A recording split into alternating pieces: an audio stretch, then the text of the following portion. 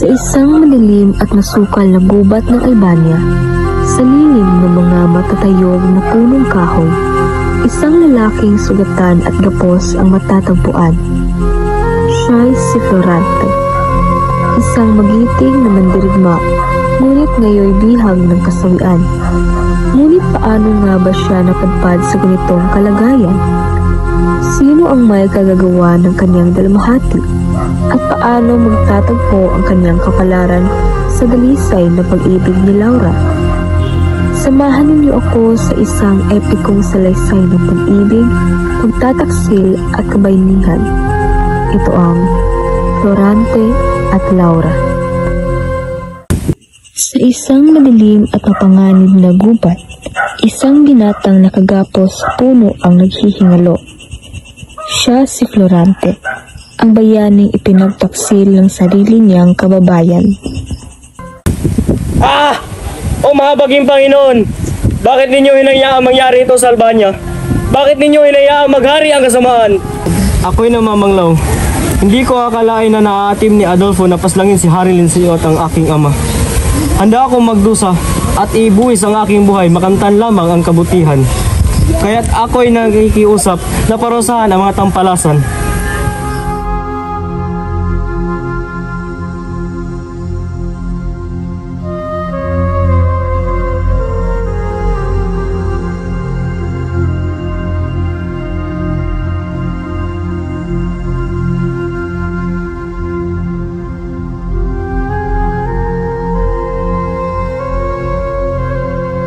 Laura, aking hero. Sana'y patuloy mo akong iniisip. Sana'y patuloy mo akong naaalala. Ako'y masisiyahan kung iiyakan mo ako kung sakaling ako'y mamamatay.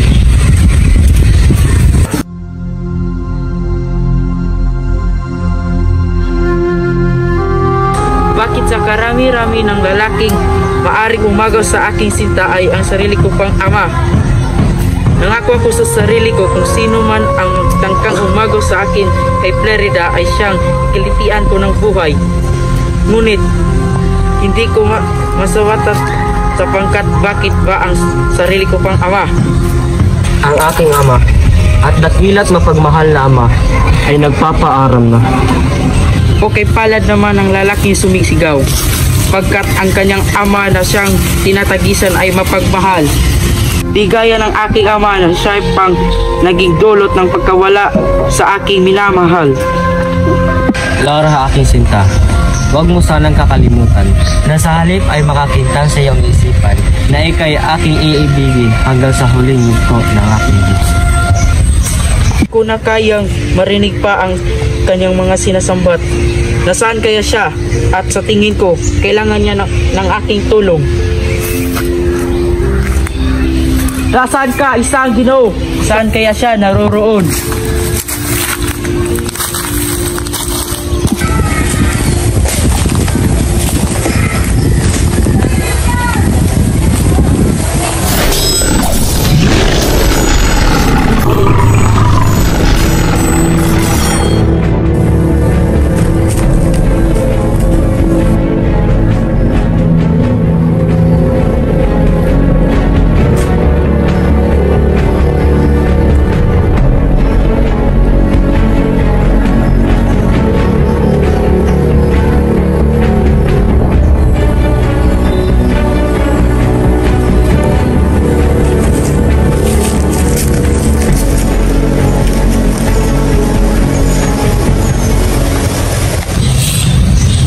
Laura? Laura? Laura? Laura, paumanhin, Ginoo. Di ko batid ang iyong tinutubuan. Kinatiis na ikay tulungan. Iba tayo ng pananampalataya. Natatatak sa puso't isip ko ang pagdadamayan nating magkapwa. Higit ko ninanais sa mga tila ng buhay dahil sa sobrang laki ng problema na aking nararanasan. Paumanhin ulit, Ginoo. Ngunit nalalabon ako sa iyong pananaw. Kung nais mo hayan kitang mapag-isa muna kung ilo ng hiling mo.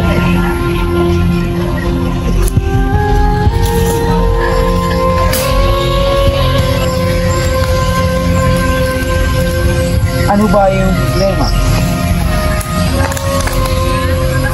Maaari ko bang malaman? Sige, sisimulan ko nung sanggol pa ako.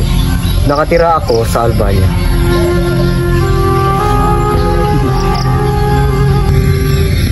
Sa Albania, narito ang ama at ina ni Florante na sina Prinsesa Floresca ng Crotona at Duque Briseo ng Albania.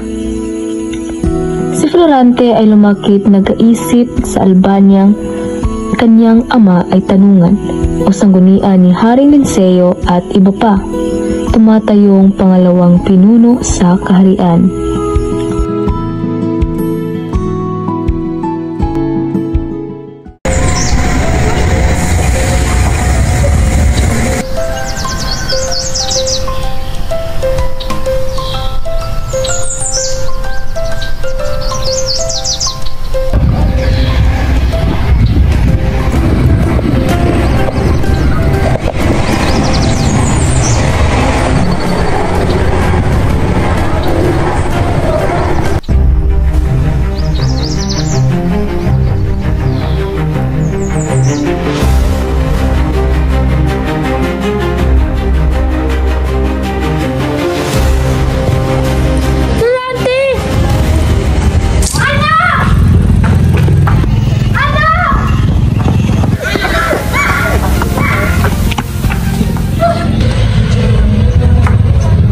Salamat sa iyo, Minaliko.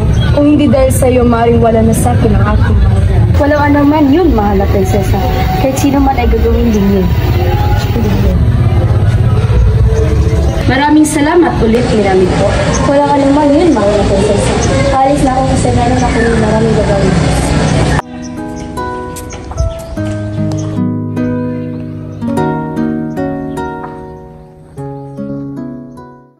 Noong ako ay 9 na taong gulang, palagi akong nasa burol at daladala ang aking panak, ang buso at naghahanap ng hayop na pwedeng panain. At kapag ako ay napapagod, nagpapahinga ako at naliligo sa batis kung saan masayang nag-aawitan ng mga ibon. Ang kanilang mga matatamis na awit ay nagpapawala ng aking pagod.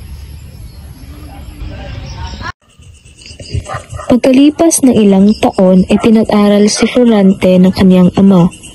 Ngunit ayaw pumayag ni Prinsesa Floresca dahil si Florante ay lilisan. Bakit kailangan pa niyang umalis?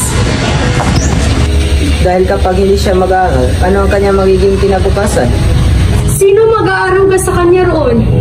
Huwag ka mag-alala dahil lalagaan siya ng kanyang mga guro at kaibigan.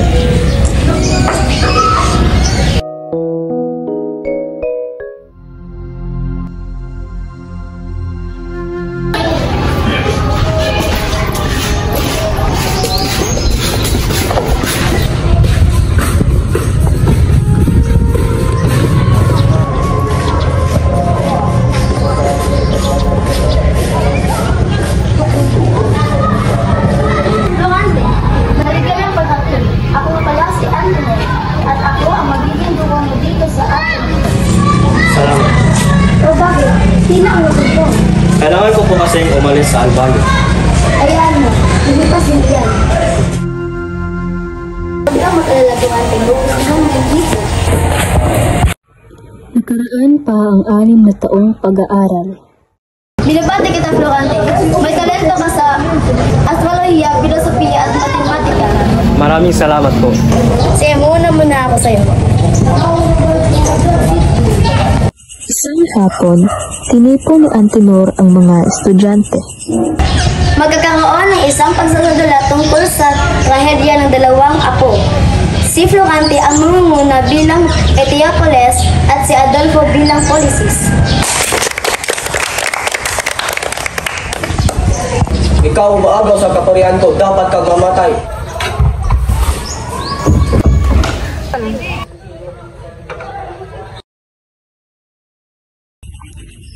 Habang nagsasadula si Florante para sa kanyang isasadula, pinagtangkaan ni Adolfo si Florante na patayin. Buti nga lang nakita ni Menandro kaya itinigil niya ang masamang balak ni Adolfo. Matapos ang pangyayari, di na muling nakita si Adolfo. Florante, hindi naman pinapagay sa'yo galing sa Albania.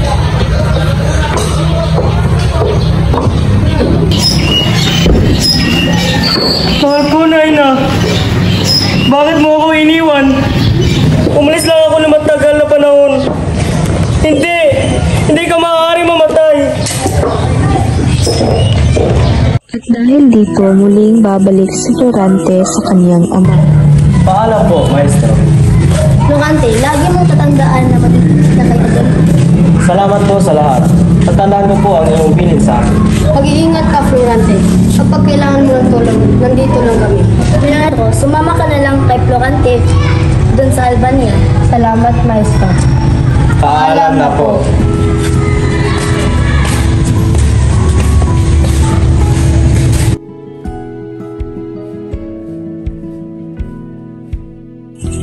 Bumalik na si Florante sa Albania kasama si Menandro.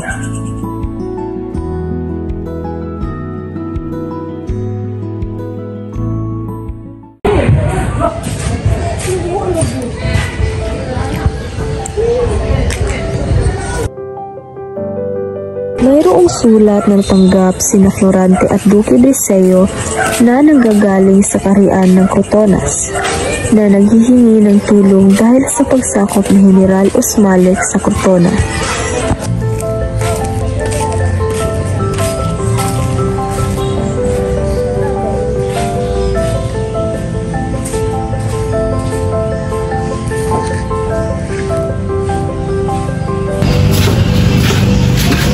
Mahal na hari, ang aking anak na si Florante.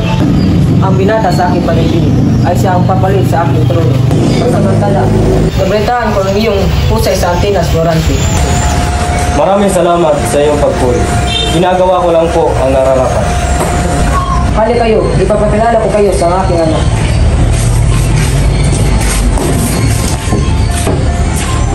Ay nga pala ang aking anak.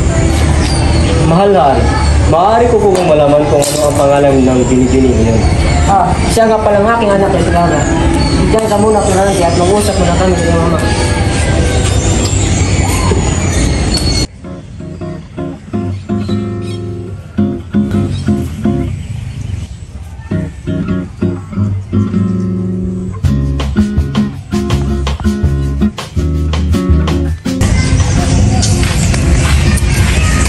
Magandang umaga sa iyo, mahal na prinsesa.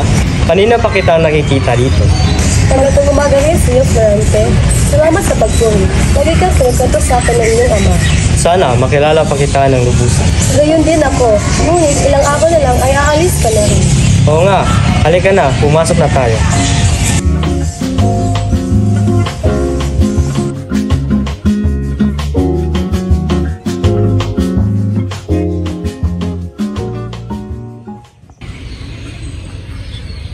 Magandang gabi, Florante. Maghanda ka na para bukas.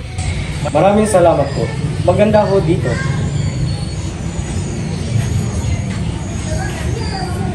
Handa na ba? Malayo pa ang iyong lalaki. Handa na po ang iyong ama. Mabuti naman kung ganun. Mag-ingat ka.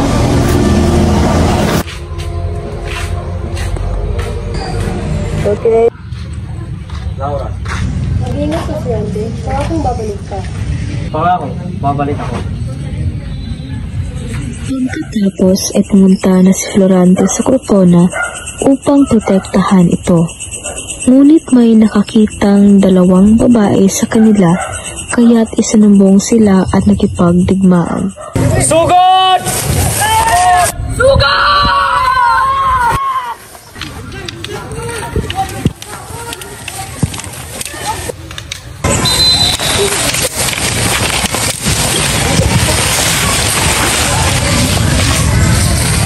Nanalo tayo! Mabuhay ang Albania! Mabuhay! Mabuhay ang Albania! Mabuhay! Babalik na tayo sa Albania.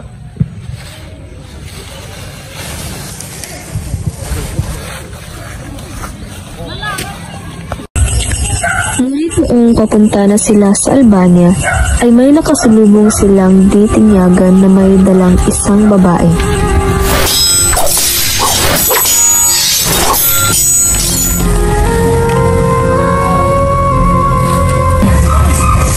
Bini, ano ang iyong pangalan at anong ginawa mo rito?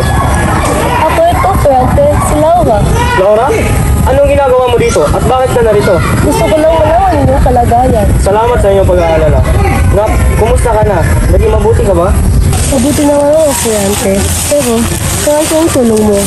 Mayroong bayan malapit dito na dinapit ang aking ama. Huwag kang mag-alala. Ililigtas ko siya hanggat sa aking makakaya. Tahanan ni Florante ang malapit na bayan upang iligtas si Haring Nuncio.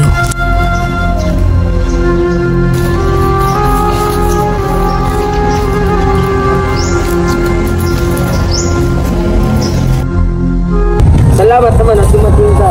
Ginawa ko lang po ang aking pagdalo.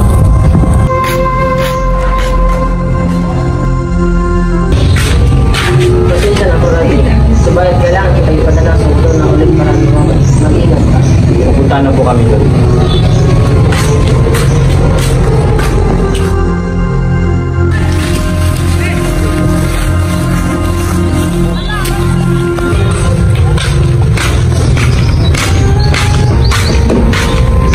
Kasama ko ngayon ng matagay.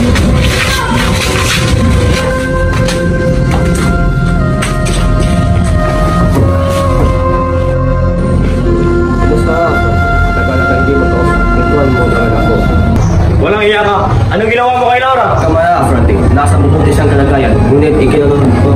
Nagpaalam ng iyong ama na si Duque Visillo. Papatayin kita! Papatayin kita! Mga kawal, alisin niya sa harap ko!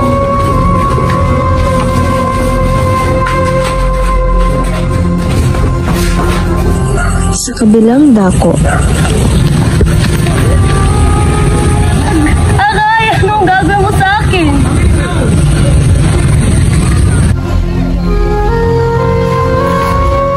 Tumigil ka!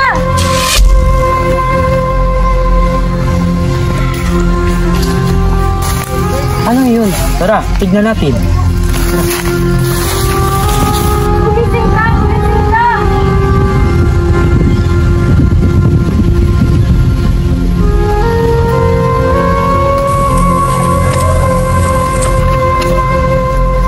Noong nabalitaan kong pupugutan na ng ulong aking minamahal, ako ay nagmakaawa sa hari na wag nang ituloy. Matapos ito, ako ay nagdamit hirero upang makatakas sa karian.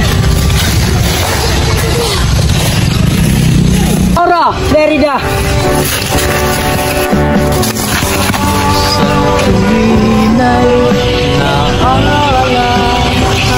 Paano ka napadpad dito, Laura? Iyan mo kung kwento sa iyo ang nangyari sa akin sa bingit ng kamatayan. Nung nawala ka, naging magulo ang bayan sa pagtangka ni Adolfo. Higit pa dito, sinaslang niya ang aking amang hari at yung iyong ama na si Duque Visillo. Nahagbag ako nung nakita ko si Laura ay nilapastangan ni Adolfo. Kinuha ko ang aking bulso at palaso at binana sa likod ang walang awang hungal. habang sila ay nag-uusap ay dumating si Menandro at ang kanyang mga sundalo. Dapat ay hahanapin nila si Adolfo upang singilin sa kanyang mga kasalanan. Subalit kung makita nilang maayos na ang lahat, umalik na silang lahat sa Albania at kaagad tinaos ang binyag ni Aladin at Florida. Kasunod ay ang kasal ni Florante at Laura. Yun, ako'y ganap na hari. Bibinyagan ko ang aking kaibigan si Aladin at si Florida bilang isang tunay at ganap na taga-Albania.